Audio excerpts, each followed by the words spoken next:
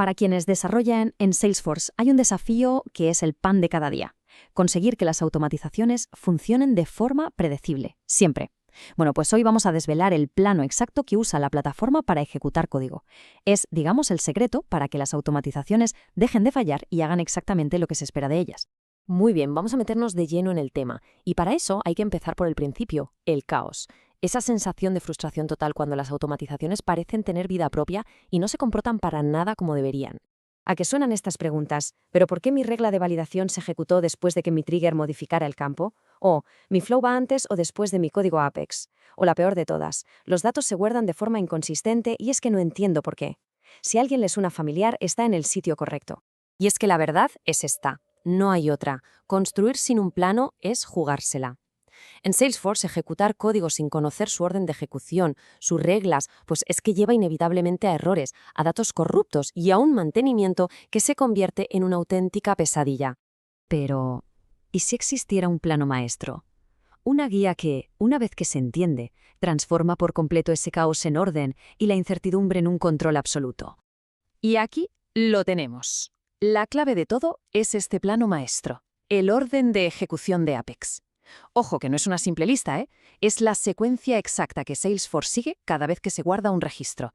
Es el cimiento sobre el que se construye todo lo demás. Vale, para no volvernos locos con todos los detalles, vamos a dividir este plano en sus dos componentes más importantes. Piensa en ello como las dos fases clave de cualquier proyecto de construcción en la plataforma. Hay que pensarlo de esta forma. Cada vez que se guarda un registro, la transacción se parte en dos grandes momentos. La fase 1, que ocurre antes de que los datos lleguen a la base de datos, y la fase 2, que ocurre justo después de que se guarden. Es así de simple. Primero preparar y luego actuar. La fase 1, digamos que son los cimientos. Su único objetivo es preparar y validar los datos. Aquí, el registro todavía está en memoria. Ojo, aún no tiene un ID. Es el momento de asegurarse de que todo esté perfecto, pero perfecto de verdad, antes de confirmar los cambios. Ignorar esto es la causa número 1 de datos corruptos. Ahora, lo interesante de verdad son los momentos cruciales dentro de esta fase. Primero, se ejecutan las validaciones del sistema, lo típico, los campos requeridos y demás. Luego, y aquí está nuestra primera gran oportunidad para meter mano con código, se ejecutan los before triggers. Y finalmente, se comprueban nuestras reglas de validación personalizadas. Una vez superada la fase 1, ya entramos en la fase 2. Aquí es donde, por así decirlo, levantamos la estructura. El objetivo es realizar acciones adicionales una vez que los datos principales ya son permanentes. Y, esto es crucial, el registro ya tiene un ID asignado. En esta fase, el registro se guarda, pero aún no se confirma del todo. Es entonces cuando se ejecutan los after triggers, que son perfectos para crear registros relacionados. Justo después, entran en juego otras automatizaciones, como los flows, y ya al final de todo, con el commit, todos los cambios se hacen permanentes. Fin de la historia.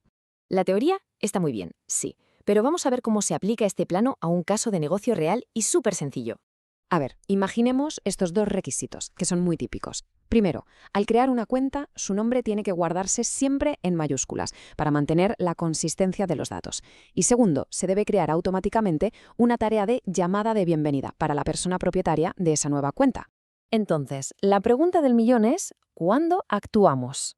Para el primer requisito, que es modificar un campo en el mismo registro, el momento ideal es antes de guardar, un before trigger.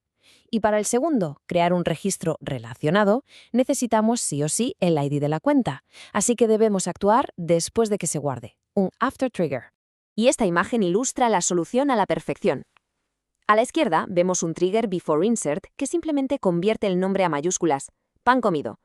A la derecha, un after insert que recoge el ID de la cuenta recién creada, ese act ID, para poder crear la tarea relacionada. Sencillo, eficiente y, lo más importante, siguiendo el plano al pie de la letra. Ahora que ya entendemos el plano y lo hemos visto en acción, vamos a repasar algunas notas del arquitecto, unos consejillos para construir de forma sólida y, sobre todo, escalable. Hay 3 reglas de oro. Primero, un único trigger por objeto. Así se controla el orden y se evitan conflictos. Segundo, la lógica de before contra after que ya hemos visto, que es importantísima. Y tercero, bulkification. El código hay que diseñarlo siempre para que funcione con muchos registros a la vez, no solo con uno. Así se evitan los límites de la plataforma y nos aseguramos de que no falle bajo carga. Y tan importante como las buenas prácticas es evitar los errores típicos que debilitan toda la estructura. Mucho cuidado con la recursividad incontrolada, o sea, los bucles infinitos. Hay que evitar las operaciones DML mixtas en la misma transacción. Y, por supuesto, nunca, pero nunca jamás, poner consultas a la base de datos dentro de un bucle. Es que hay que quedarse con esta idea. El orden de ejecución no es una lista para memorizar antes de un examen de certificación. Es el conjunto de reglas fundamentales de la construcción en Salesforce. Son los cimientos, de verdad. El resumen es así de sencillo. Planifica antes de guardar. Actúa después. Cuando se domina este plano, se deja de adivinar y se empieza a diseñar. Las automatizaciones se vuelven predecibles, eficientes y robustas. Se empieza a construir con confianza. Y para terminar, queda una pregunta en el aire. Ahora que se conoce el plano, ¿cómo se va a diseñar la próxima automatización de forma diferente? Ahí lo dejo. Ahora a construir con confianza.